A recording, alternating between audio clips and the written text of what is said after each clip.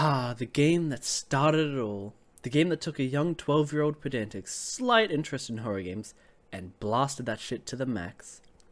I first learned about Five Nights at Freddy's from my sister, who knew I liked horror games. So when she told me about a new horror game called Five Nights at Freddy's, I was immediately excited. However, when she described a game about killer robots hunting you down in an office you can't escape, my imagination went wild thinking of how cool that is, and I immediately sought out the game. I decided to first watch it on YouTube because I wasn't quite there in playing horror games yet. And I wanted to see if it was something I would be interested in first. And as someone who loved the original Outlast and Amnesia games, staples in the horror community, I was ready for a new game to love. What my sister failed to tell me was the fact that this was not a 3D story game, walking through an abandoned asylum or sprawling castle. Instead, what I got was this. Oh. There's really nothing to worry about. Get a bit quirky at night. You would not believe my disappointment. Still, ever the people pleaser, and wanting my sister's gaming seal of approval, I watched a couple videos, just so I knew what the game was about, without ever taking a deep-seated investment, until Markiplier released his first ever FNAF video. I had watched Mark's SCP Containment Breach series, and I thoroughly enjoyed that, so I thought, if I still don't like the game after this, it's a bust, and I never talked to my sister again to avoid the utter humiliation of not liking a game she told me about personally, even though she had definitely already forgotten about it. And then this happened.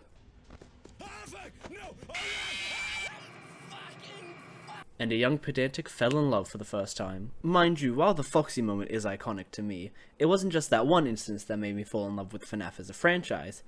It was the fact that FNAF was probably the first franchise in which I delved deeper than just, the games themselves.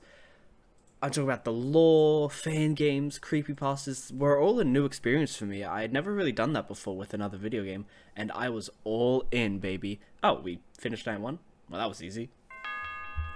Sorry, I got a little carried away. It's been a while since I've written a script. Last time I wrote a script was before I moved states and into my own place. So between working and general adulting, I haven't had much time to stream or make videos.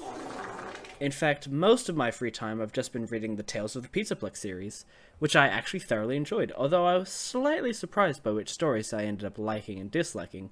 For example, I was super excited to read Somnophobia because I actually had somnophobia as a kid, but it ended up being one of my least favorites. Same goes for Tiger Rock, not because of anything specific, I just thought the cover looked really cool, kind of a dud though. Whereas Submechanophobia and The Monty Within both uninterested me at first, but ended up being some of my favorites.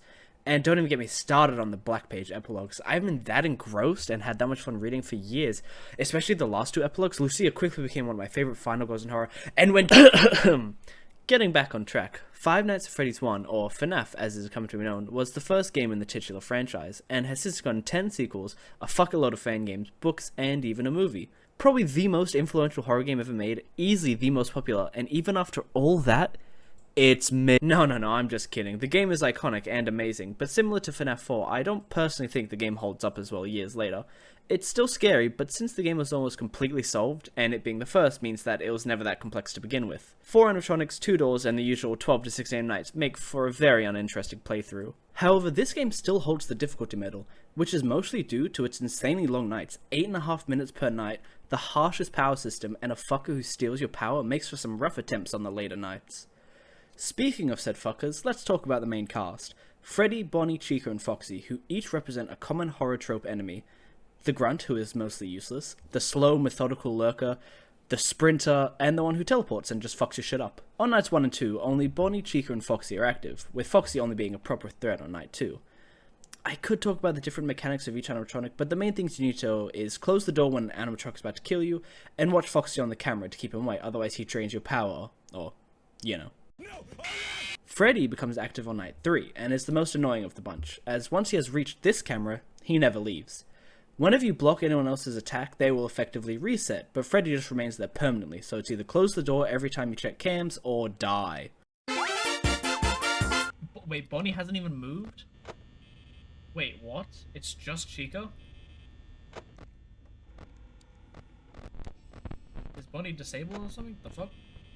He only locked once, he should be. Is that him? No, that's a speck on my screen. I'm expecting night 4 to get crazy, because that fucking dumbass fuck is already looking at me. Yeah? Huh? What was that? Oh. The original scripted jump scare. was actually that guy getting fucking murked by Golden Freddy. Maybe we'll get lucky again, and we'll get another night where fucking Bonnie and Freddy just don't leave the stage. Okay, bye Bonnie. Here I am. Cool, this is fun. FNAF 2 I think is harder in general, but this game is harder than FNAF 2 for me, because I've never played this game before. I feel like FNAF 2 is even more like 4 is hard. Nah, 4 is easy once you learn the patterns. 4's like a rhythm game. It's like an audio based, well, all rhythm games are audio based, but like it's like a very high speed audio intense rhythm game where if you mess up, instead of just like, you know, not getting a perfect score, you fucking die. Your ears get blown off. I think for scariest, I think Help 1 is the scariest for me, the VR one. I played that last night.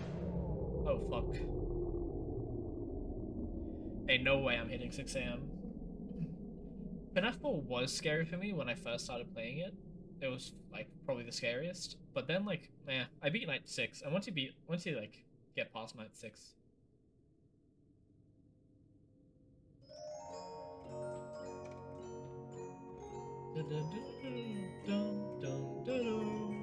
Oh god, it's been so long since I've heard this song. Is this our first death? Then 3, 2. You forgot the 2, Link. You didn't even say 2. As you can see, the main gameplay is scary but monotonous, not much to do other than check on Foxy and close some doors. So why did this game get so popular? Why is it still thriving 9 years later? Apart from being covered by all the big horror YouTubers at the time, I would say 2 main things attributed to FNAF's insane success: the hidden lore and the speed at which the games came out. So beneath the surface of FNAF 1's gameplay lie a few hidden Easter eggs, which mostly revolve around this poster. At random points during the game, Camera 4B's poster can change into newspaper clippings detailing 5 missing kids and the restaurant shutting down due to foul odor coming from the animatronics. Not obvious to whatever police were investigating the crime, but a bit more obvious to us players, we realized that 5 kids were murdered and stuffed inside the animatronic suits by some unknown serial killer. Well, that makes sense, except for the fact that 5 kids went missing, but there are only 4 animatronics. And that's when the next biggest lore/theory spawner comes in: Golden Freddy. Someone who only has a 1 in 100,000 chance of spawning when looking at camera 2B, but can spawn regardless if your doors are down, and if he manages to kill you, he crashes your game. These 2 major Easter eggs and details spawned endless discussions which, along with the bountiful fan games, should have sustained the fanbase for years. Except there was one small problem. The second reason for the game's massive success is that FNAF 2 came out 3 months after the first one. 3 months. That's how long fans had to sink their teeth into the first game before Scott Cawthon slapped them with the sequel. And then another 3 months after that, FNAF 3 came out. And then thankfully there was a bit of a break before the 4th game. We only got that one in 4.5 months. 4 games released within a year of each other. Unprecedented and insane. But that's FNAF, baby. Some games get a sequel after 7 years, some after 14 years. Not FNAF, we speedrun our game development, which sometimes left aspects of the game to be desired. Oh, and did I mention the entire franchise's name is a lie? After completing all 5 nights and getting paid, a secret 6th night appears on the main menu. Same mechanics, but much more difficult. This night kicked my ass, more so than most of the nights I've played on my channel so far. I appreciate it very much. Alright, Foxy, where are you? You bitch. And now we just do the same thing over and over. But anyway, I thought I didn't like FNAF 3, but then I played it. Night 4 and 5 kind of won me over. It's like not my favorite, but it's a lot better than I thought it was originally. I nearly just opened my cam then. I nearly just brain farted and just thought, oh hi Bonnie, open cam. What would you say your least favorite FNAF is? Do you have a least favorite FNAF? Because mine would definitely be 4. Like, I used to think 4 was scary and like one of the better ones, but then I played it and I'm like, actually it's not that great. Oh my god, 49% power, it's only 2 AM? Fuck, I'm so dead here. I didn't even realize, I thought it was 3 AM already. Yeah, I'd say if you were really high on Security Breach, I could see why it would be disappointing. But I wasn't. I went into Security Breach with like very low expectations. Well, not low expectations, but I was like, you know, I got the game, and I was just like, I'm just gonna play through it. And like, I played through it, and I found it fun. But like, obviously there were a lot of problems with it. I was like, oh, okay. Like, this is the game we actually got, and like, I just like, I don't know, came to grips with it. I was like, okay, well, Okay, I have Foxy so far back, I might just try and hold on. Okay, that's okay. I have to hold on for Foxy then. He was so far back. He was in stage 0. He wasn't even at stage 1 yet. I just have to hope that I run out of power. Damn it. I know I should have run out the power on the right side. I should have closed a door or something to run out the power. I never finished night 1 before. Oh, fuck.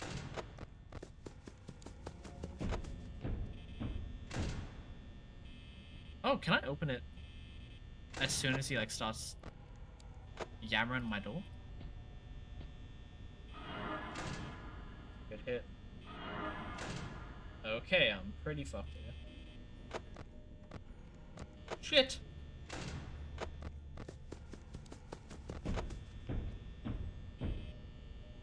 Oh, I'm hella dead. How is it just 5 a.m. now? How'd I go from 20... How'd I go from, like, 42% 3 a.m. to fucking, like, 1% 5 a.m.? That's crazy. Yep, I'm dead. Damn, that sucks.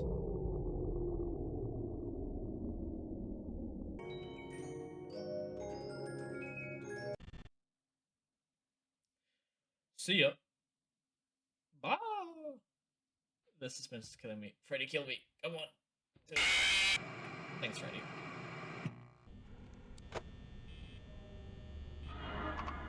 No way! You appeared for a second, my guy. 3 deaths. Fuck. That is now my second most ever died to night. In, out of all the FNAF games. The only night that's killed me more is Sister Location Night 4 with the, like, the spring locks and, like, the clicker thing, the mini arenas. That killed me, like, 10 plus times. I didn't really keep count, but, like, I've not died more than 2 times on a night since then. Fuck, night 6 FNAF 1 is hard. FNAF 1 is hard, yo. I can't even imagine 420. Which sucks. I'm Turkish. Wait, what? I didn't know Chica can disable your door. I didn't even know she was there. That's so fucking unlucky. Alright, we're gonna close until we hear Foxy knock. And then we're just gonna keep it open. We're gonna see if we can game this. I'm hoping Foxy knocks sometime soon. So that's Foxy knocking? Okay. Now we're just gonna wait. And we're gonna... I don't know what intervals Foxy is gonna come on, but... we're gonna see if we can game this. I can't believe Foxy's taking this long to come. Like, if I had the door open this whole time, I could have won. I'd be on 25% right now. 4 a.m. about to 5 a.m. Okay, cool. Oh, cool. I can't close this door now. Nice. Well, it's either Foxy kills us or the power does. Damn it, Foxy. You couldn't have waited. You waited like, goddamn, like 15% last time. You couldn't have waited 9%. Bonnie's in my corner, right? Chica? Are you? It is 12 a.m.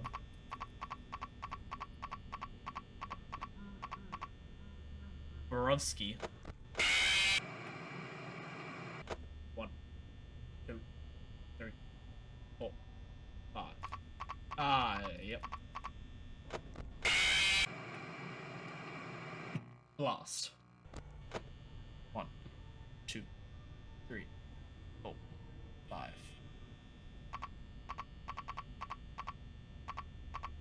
Yeah, I'm gonna say the count to 5 isn't the best.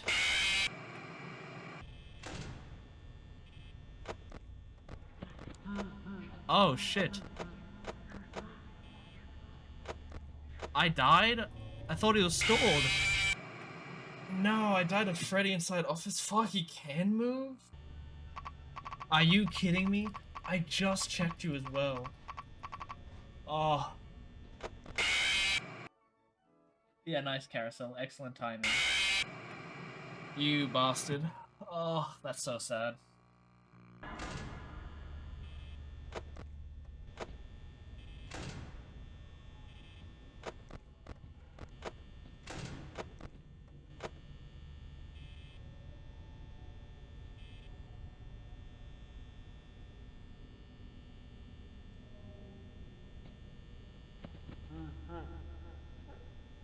I ain't fucking preemptively making Foxy come. Foxy can come by himself. He's a big enough. He's a grown kid. Oh, let's fucking go. Oh. And there you have it. FNAF 1, Nights 1 through 6, all done. Thank you guys so much for watching. I know this video got super expositionally and mostly consisted of me fanboying over how much I love this series, but what better game to do that than the one that started it all? All the key elements, the lore, rapid-fire game releases, difficulty, and hidden nights all contributed to making FNAF the household name that it is now. Game after game, video after video, 9 years later, the FNAF craze is simply something that cannot die.